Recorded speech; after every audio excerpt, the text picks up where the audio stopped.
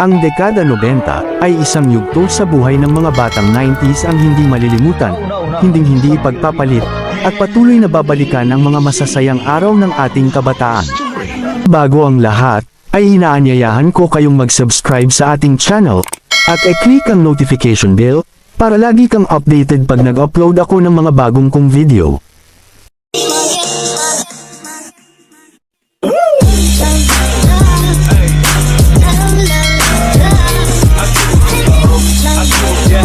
Kay sarap balikan ang mga laro ng kabataan noon, at kay sarap isipin, na ang ganitong mga laro ng mga bata ay masaya na, at kontento pa. Kung ikaw ay batang 90s, ay tiyak na alam kong naranasan mo ang mga larong ito. Kung hindi mo na maalala, o para maalala mong muli ating balikan ang mga laro ng mga batang 90s.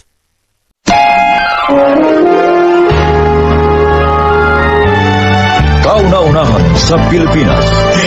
NBC Manila Broadcasting Company.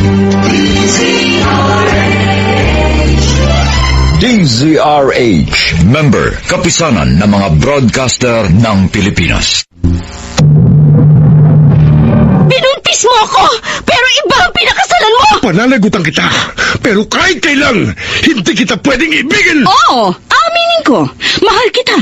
Nang dahil sa salapi mo! At nang dahil sa pag-ibig ko sa'yo, handa akong pumatay at mamatay! Katawan ko lang ang minahal mo! At hindi ang pagkatao ko! Mr. Romantiko. Kumusta po kayong lahat, mga giliw naming tagapakinig?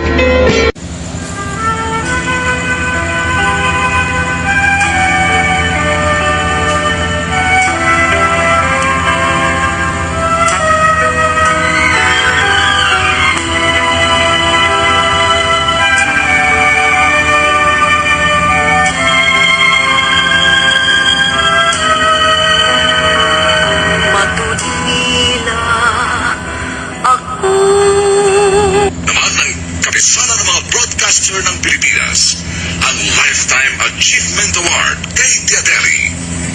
At ngayon, 50 taon ng sumasahim papawid, buong pagmamalaking inihahandog ng Manila Broadcasting Company ang kasaysayan sa mga liham kay Diaderi.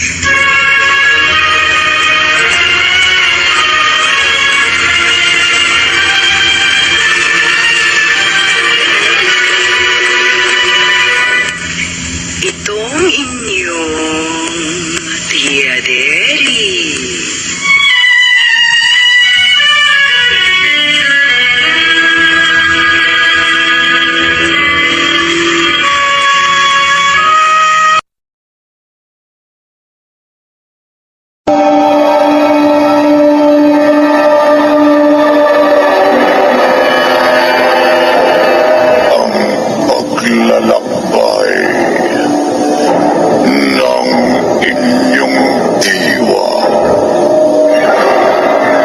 Saksi sa mga pangyayaring hindi mo sukat akalain.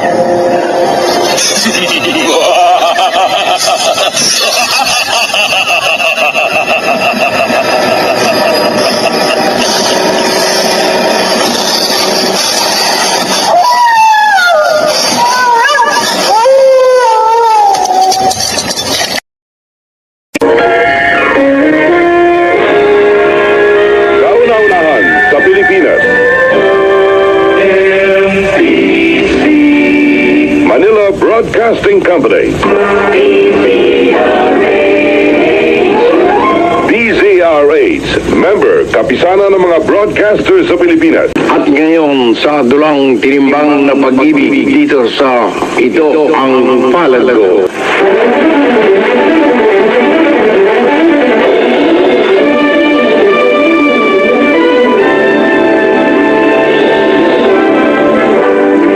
Ngayon mga kaibigan, sa pagpapatuloy ng madulang kasaysayang pinamagatang tinimbang na pag-ibig, dito pa rin sa Ito Ang Palad Ko.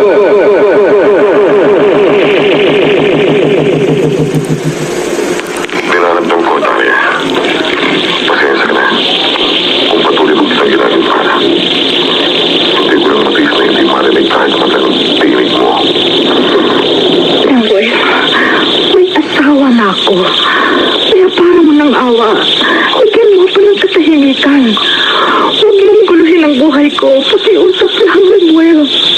Maawa ka sa akin. Maawa ka ba sa akin? Oh, Manuel. Kailan tayong dalawa, Daria?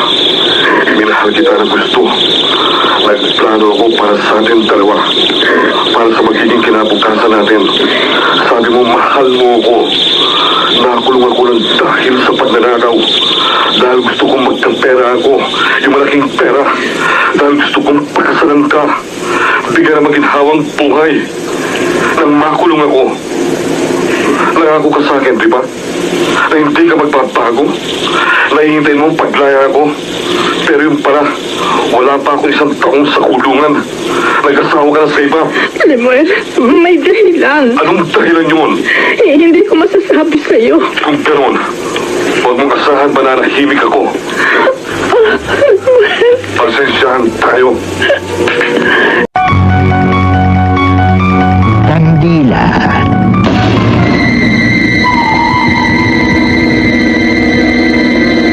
Simbolo ng tunay na pag-ibig. Inuubos niya ang sarili habang nagbibigay ng liwanag.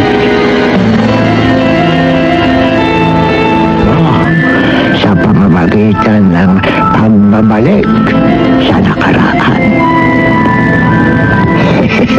Kailangan mo ang kandilang ito. Huwag lamang itong mamamatay.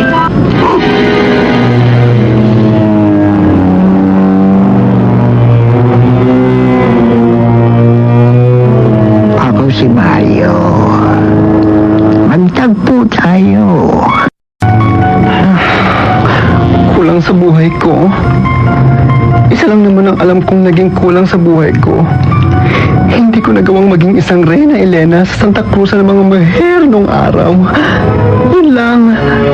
Kasi naman kung bakit nawala pa ang gown ko noon. Pero kung nagawa ko yun, siguradong hindi ko nakakailanganin pang magpanggap ng mga magulang ko na lalaki ako. Hindi ko nakakailanganin pang magkunwari na may nobya ako. At lalong hindi magkakaroon ng pagkakataon ng Helen na yun na marip ako nung araw.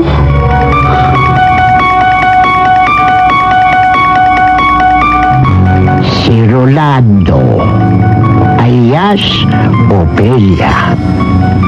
May katawang lalaki, pero may pusong babae. Natatandaan mo siya. Ayun, sinindihan ng kandilang itim sa kahustuhang magawa ang nakaligtaan niyang gawin noong kabataan pa niya. Ano kayang klaseng liwanag ang ipapakita sa kanya ng kandilang itim? Huwag kang alis. Babalik naman ako eh.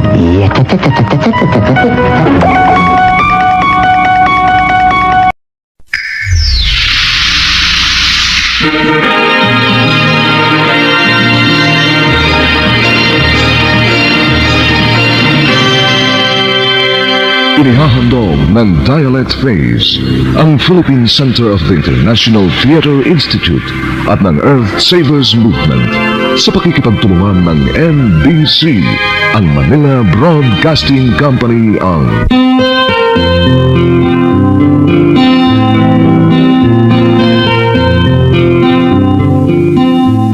Radio Balintataw. Magandang gabi po sa inyong lahat. Mga minamahal naming tagapakinig ng Radyo Balintataw, ito po ang inyong lingkod, Cecil Guidote Alvarez. Sa ngalan ng Dialect, ang Philippine Center ng International Theater Institute at ng Earth Savers, hinirang na ika-6 sa mundo na UNESCO Dream Center. Pinarangalan din po na UNESCO Artists for Peace. Buong lugod po namin kayong inaanyayahan na samahan niyo po kami ngayong gabi. Umpisa po ng masiglang kwentuhan. Nauukol lang po sa matagumpay na pagpapaganap ng 20th anniversary ng founding of Santiago City. Maraming salamat sa muling panunood hanggang sa dulo ng aking video. At huwag kalilimutang mag-subscribe at pindutin mo na din ang notification bell para lagi kang updated pag nag-upload ako ng mga bago kong video. Thank you for watching.